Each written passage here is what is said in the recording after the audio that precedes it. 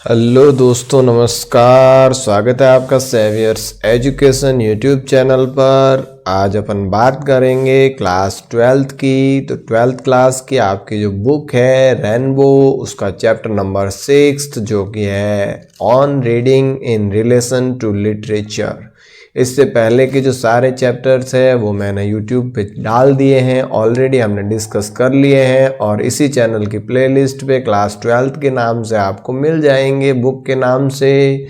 तो I hope आपने वो सारे वीडियोस देख लिए हैं। अगर नहीं देखे हैं तो वो देख लीजिएगा, चैनल को सब्सक्राइब कर दीजिएगा, बेल आइकन को प्रेस कर दीजिएगा ताकि लेटेस्ट वीडियो नोटिफिकेशन आपको मिलते रहें।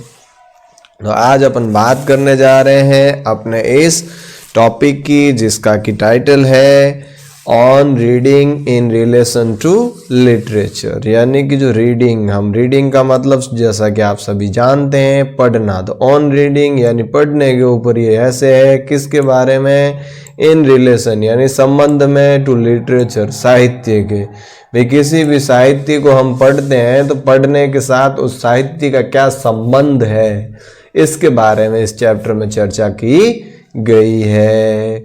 तो अब आप तो ये सोच रहे होंगे कि सर पढ़ने पे कोई चैप्टर होता है क्या? कोई पढ़ना कैसे? ये क्या, हम तो सब पढ़ना जानते हैं, पढ़ सकते हैं, और इसमें कोई क्या बताएगा? तो चलो देखते हैं। हो सकता है आपकी राय कुछ अलग हो और ये जो ऑथर है इसकी राय अलग हो। तो आपकी राय कितनी अलग है, कितनी भिन्न है, चलो देखते हैं।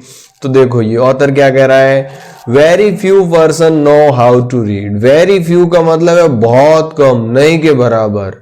वेरी फ्यू पर्सन्स यानी बहुत कम लोग, जो नहीं के बराबर लोग हैं, नो हाउ टू रीड, उनको पता है पढ़ें कैसे, यानी कैसे पढ़ा जाए, ये बात बहुत कम लोगों को पता है, यानी नहीं के बराबर लोगों को पता है, किसी को नहीं पता। तो इसका मतलब आप भी इसी श्रेणी में हो। तो इसको समझ लो अच्छे से कि मतलब पढ़ने का मतलब क्या होता है। अब किस संबंध में देखो, considerable experience with literature. Considerable यानी कि विचार करने योग्य, चिंतन करने योग्य। एक्सपीरियंस का मतलब अनुभव। विद लिटरेचर यानी साहित्य के साथ। इज नीडेड उसकी आवश्यकता होती है। Before taste and discrimination can possibly be acquired. Before यानी पहले, टेस्ट यानी उसका जो स्वाद है, एंड डिस्क्रिमिनेशन और उसका जो जिस्ट है, उसके अंदर की जो बातें हैं, कैन पॉसिबली यानी संभवतः, बी एक्वायर्ड यानी प्राप्त कर लेनी चाहिए। किसी भी चीज को, किसी भी स्वास्थ्य, इसके लिटरेचर के बारे में, साहित्य के बारे में जो पढ़ना है तो उससे पहले जो है इसके रिलेटेड कुछ अपने को एक्सपीरियंस भी होना चाहिए। एंड विदाउट दिस, और अगर आपको ये एक्सपीरियंस नहीं है, यानी कि साहित्य के बारे में चिंतन का और उसके बारे में जो है उसको आनंद लेने का, टेस्ट लेने का, विचार करने का अगर आपको नॉलेज नहीं है, तो it is almost impossible to learn how to read. तो लगभग ये असंभव है कि कैसे पढ़ा जाए। आई से ऑलमोस्ट इम्पॉसिबल, विक्रम मैं कह रहा हूं ऑलमोस्ट इम्पॉसिबल। ऑलमोस्ट का मतलब लगभग, लगभग असंभव है। क्यों? देखो, since there are some rare man. Since there are यानी यहां कुछ हो सकते हैं। रेयर मैन, रेयर का मतलब दुर्लभ व्यक्ति, हु जो कि through a kind of inherited literacy, literary instinct, जिसके अंदर क्या हो, एक काइंड ऑफ यानी एक प्रकार की, इनहेरिटेड, इनहेरिटेड का मतलब आनुवांशिक, लिटरेरी एक्सटिंक्ट, लिटरेरी एक्सटिंक्ट का मतलब क्या है कि साहित्यिक जो समझ है, अगर किसी बंदे में आनुवांशिक रूप से साहित्यिक समझ है तो वो दुर्लभ व्यक्ति हो सकता है जो कि समझ सकता है। आर एबल टू रीड यानी वही योग्य होगा पढ़ने के लिए, वेरी वेल अच्छे से, even before reaching the age of 25 years यानी 25 साल की उम्र तक पहुंचने से पहले। यानी कि 25 साल की उम्र तक जो व्यक्ति, अगर उसमें साहित्यिक आनुवांशिक रूप से जो है साहित्यिक नॉलेज अगर आया है तो वो व्यक्ति अच्छे से पढ़ सकता है। अन्यथा कोई भी व्यक्ति जो है 25 साल की उम्र से पहले अच्छे से पढ़ना नहीं जानता, पढ़ने का आनंद नहीं ले सकता। But these are great exceptions, लेकिन ये जो लोग हैं ये बहुत एक्सेप्शन है, यानी एक अपवाद स्वरूप है, हजारों लाखों में एक आध मिल जाएगा। And I am speaking of the average, जबकि मैं तो एवरेज यानी औसत सामान्य लोगों की बात कर रहा हूं। मुझे वो एक्सेप्शन ढूंढने की आवश्यकता नहीं है, मैं हम और आप जैसे सामान्य लोगों की बात कर रहा हूं।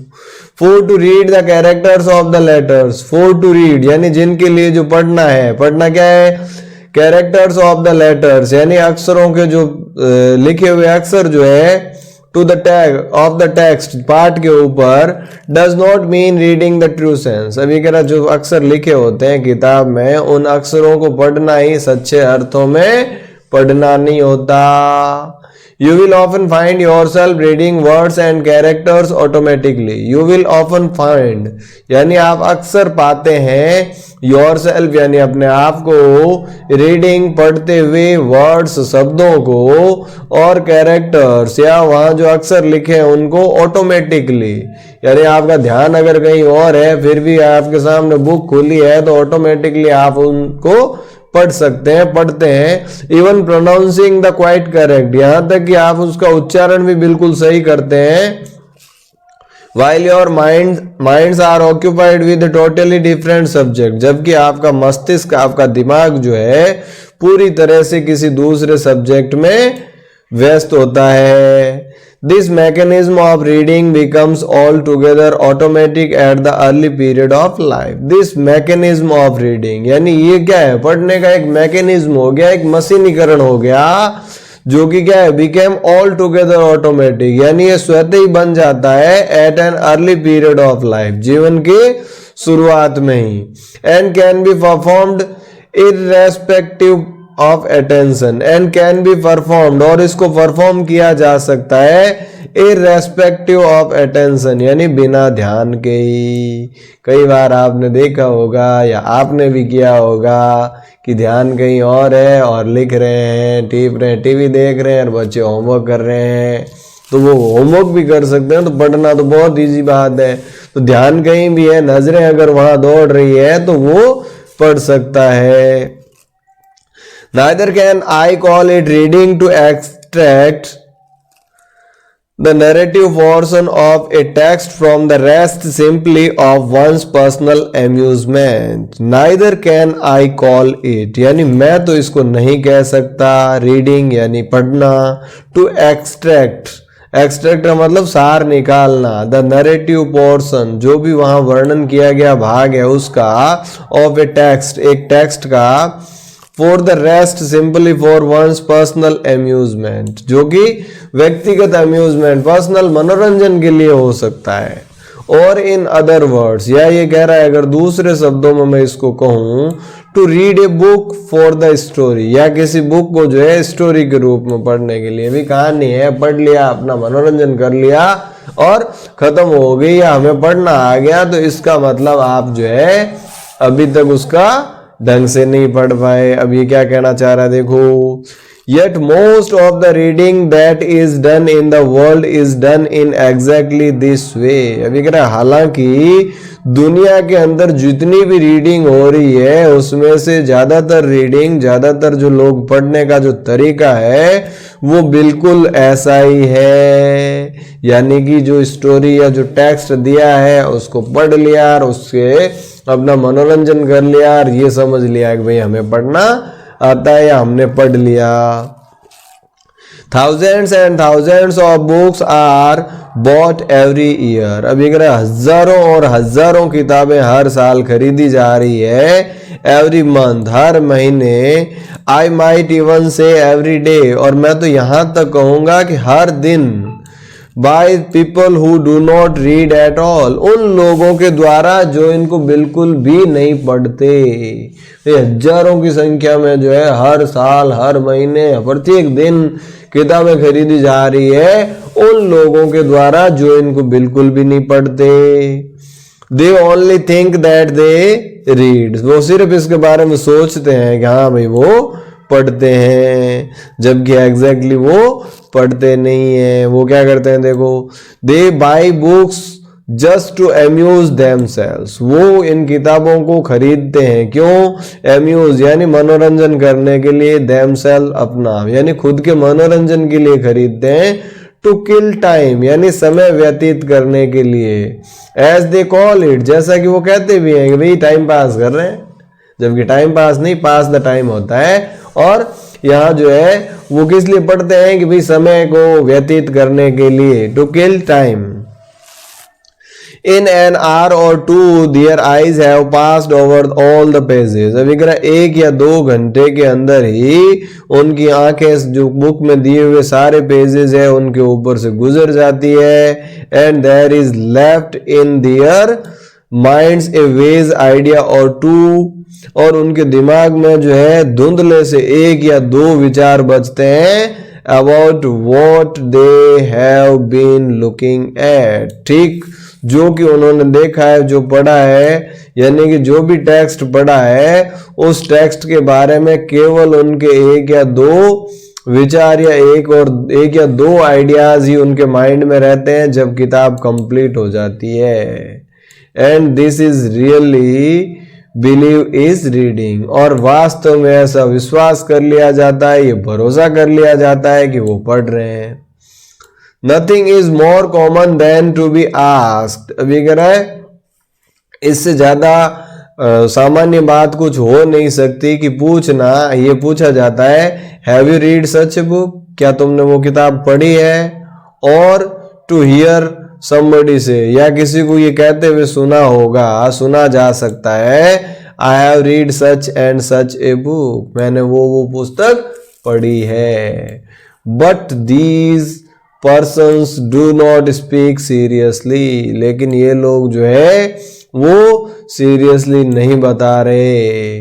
Out of 1,000 persons who say, अभी कह रहा हजारों लोगों में से, हजारों उन लोगों में से जो कि कहते हैं आई हैव रीड दिस, मैंने ये पढ़ा है, और आई हैव रीड दैट, या मैंने वह पढ़ा है, ऐसे हजारों लोगों में से जो लोग ये कहते हैं कि मैंने ये किताब पढ़ ली, वो किताब पढ़ ली, there is one, not one perhaps who is able to express any opinion, यानी उन हजारों में से शायद एक भी नहीं होगा जो कि कोई भी ओपिनियन, कोई भी राय व्यक्त कर सके, वर्थ हियरिंग, जो कि सुनने में अच्छी लगे या महत्वपूर्ण लगे, about what he has been reading, जो कुछ भी वो पढ़ रहा था, जो उसने पढ़ा है उस पढ़े हुए टेक्स्ट के बारे में हजारों में से एक भी मुश्किल से आपको मिलेगा जो कि उसके बारे में अपनी ओपिनियन जाहिर कर सके, अपनी राय बता सके।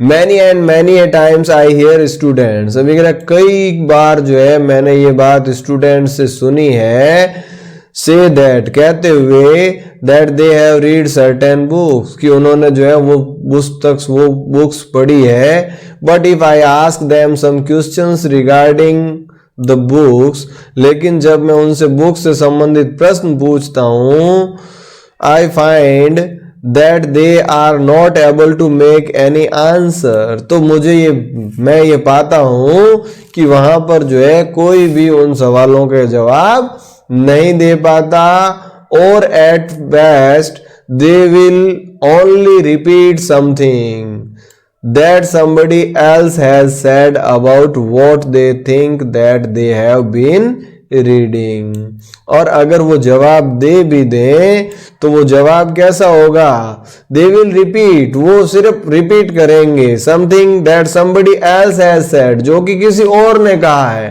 अबाउट व्हाट दे थिंक, कि वो क्या सोचते हैं, that they have been reading, जो उन्होंने पढ़ा। भाई अगर आपने कोई बुक पढ़ी और उस बुक के बारे में अगर मैं आपसे राय जानना चाहूं कि भाई आपकी ओपिनियन इस बुक के बारे में क्या है, आपकी राय क्या है, तो शायद आप जो है किसी और ने जो बात कही है या लिखी है वो जाहिर कर पाओगे, अपनी खुद की राय शायद नहीं बना पाओगे, यही कहना चाह रहा है।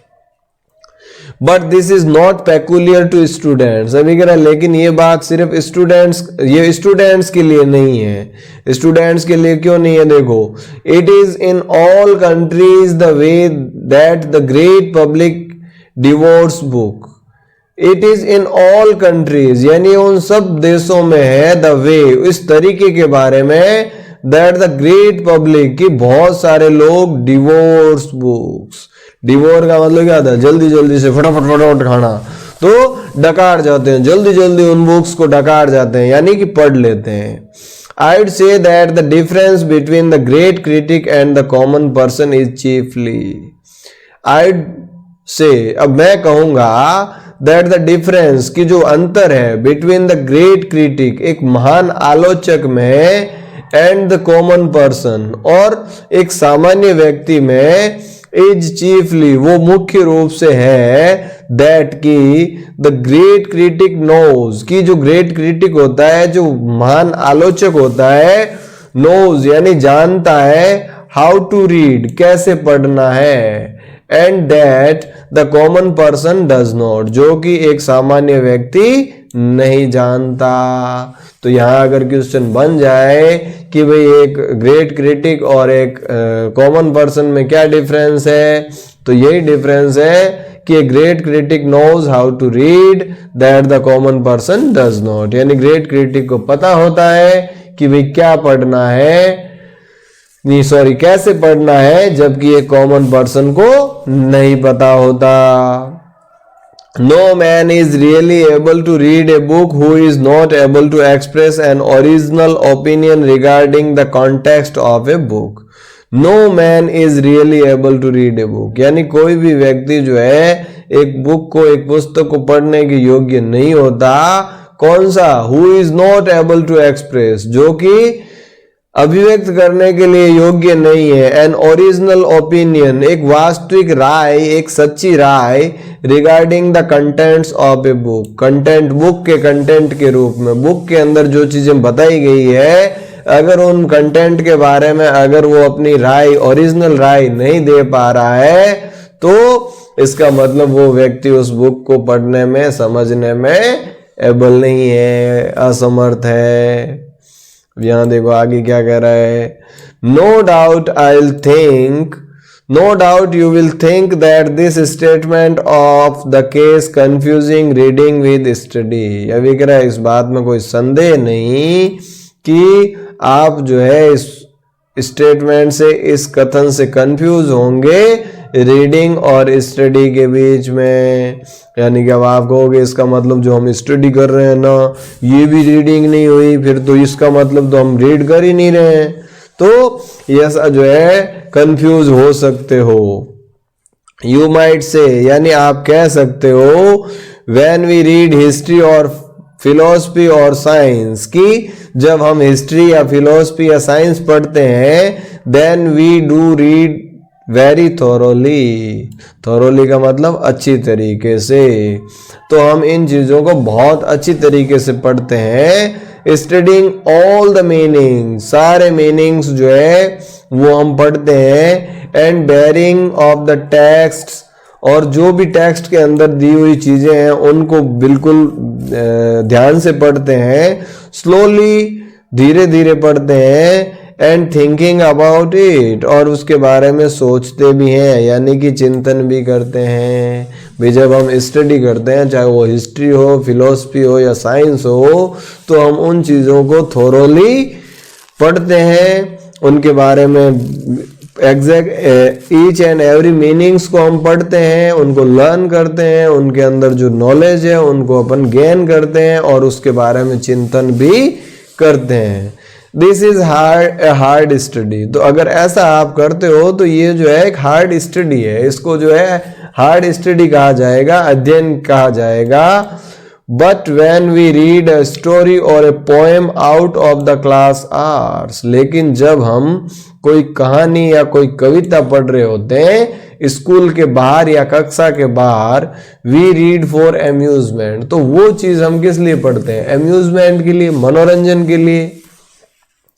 And amusement and study are two different things, और ये कह रहा है यहाँ जो है अम्यूजमेंट एंड स्टडी, यानी मनोरंजन और जो स्टडी है वो दो अलग अलग चीजें हैं। And I am not sure that you all think this, और मैं इस बारे में पक्का श्योर नहीं हूं यानी निश्चिंत नहीं हूं कि आप भी ऐसा ही सोचते हैं। But young man generally do think so, लेकिन सामान्यतः जो यंग मैन है, जो नौजवान है, वो ऐसा ही सोचते हैं। As a matter of fact, अगर तथ्य की बात की जाए, अगर किसी फैक्ट की बात की जाए, एवरी बुक वर्थ रीडिंग और to be read in precisely the same way. Every worth reading यानी कि प्रत्येक वर्थ का मतलब जो महत्वपूर्ण है, प्रत्येक महत्वपूर्ण रीडिंग और टू बी रीड इन, उसको पढ़ा जाना चाहिए precisely the same way that a scientific book is read, ठीक उसी तरीके से, उसी ध्यान से, उसी लगन से जैसे कि कोई साइंटिफिक बुक पढ़ी जा रही है। नॉट सिंपली फॉर अम्यूजमेंट, ना कि सिर्फ मनोरंजन के लिए। And every book worth reading, और प्रत्येक बुक जिसको कि पढ़ा जाना काम का है, योग्य है, should have the same amount of value, उसके प्रति जो है हमें उतनी ही वैल्यू देनी चाहिए, उतना ही मूल्य देना चाहिए in it that A scientific book है, जितना कि हम किसी साइंटिफिक बुक को वैल्यू करते हैं।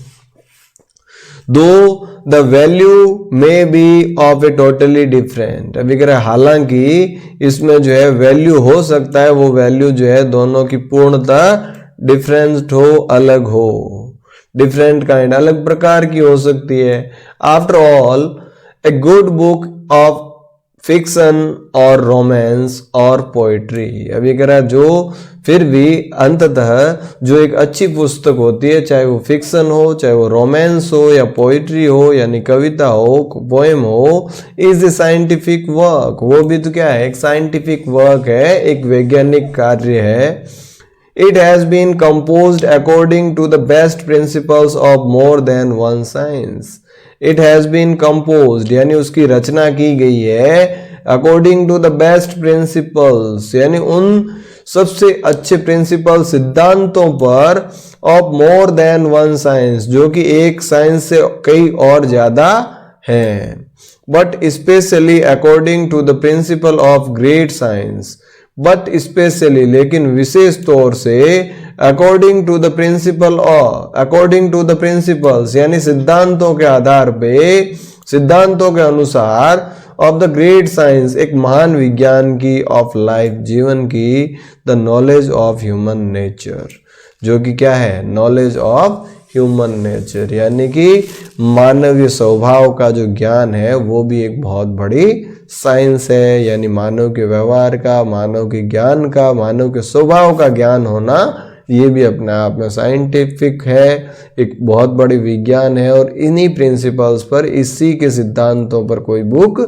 लिखी जाती है कि भाई इस समय जो है उस ह्यूमन का व्यवहार कैसा होगा, क्या ये बुक इस समय पढ़ी जाने लायक है या नहीं, इसको मार्केट में किस टाइम उतारना चाहिए, लोगों के माइंड कैसा होगा। तो ये सारी चीज़ें जो है एक ऑथर या राइटर जो है वो अपने माइंड में रख कर उस बुक को लिखता है ताकि उसकी बुक को अच्छा रेस्पॉन्स मिले। तो ये भी किसी साइंटिफिक नॉलेज से या साइंटिफिक प्रिंसिपल से कम नहीं है। तो आज की इस सेशन में अपन ने बात की कि भाई जो है वास्तव में रीडिंग क्या है, रीडिंग और स्टडी के बीच में क्या डिफरेंस है, और क्या हम जो कहानियाँ या जो पढ़ते हैं सिर्फ अपने मनोरंजन के लिए, तो वास्तव में क्या वो पढ़ना हुआ या नहीं। और तो आई होप आपको ये जो आज का अपना सेशन था ये समझ में आया होगा। आप अपनी पढ़ाई को कंटिन्यू जारी रखिए, निश्चित रूप से आपकी परीक्षाएं समय पर होगी, तो पढ़ने के साथ कोई कंप्रोमाइज़ नहीं करना है। तो आज के इस सेशन को यहीं विराम देंगे, मिलते हैं अगले वीडियो में अगले पार्ट के साथ। तब तक के लिए थैंक यू, जय हिंद, जय भारत।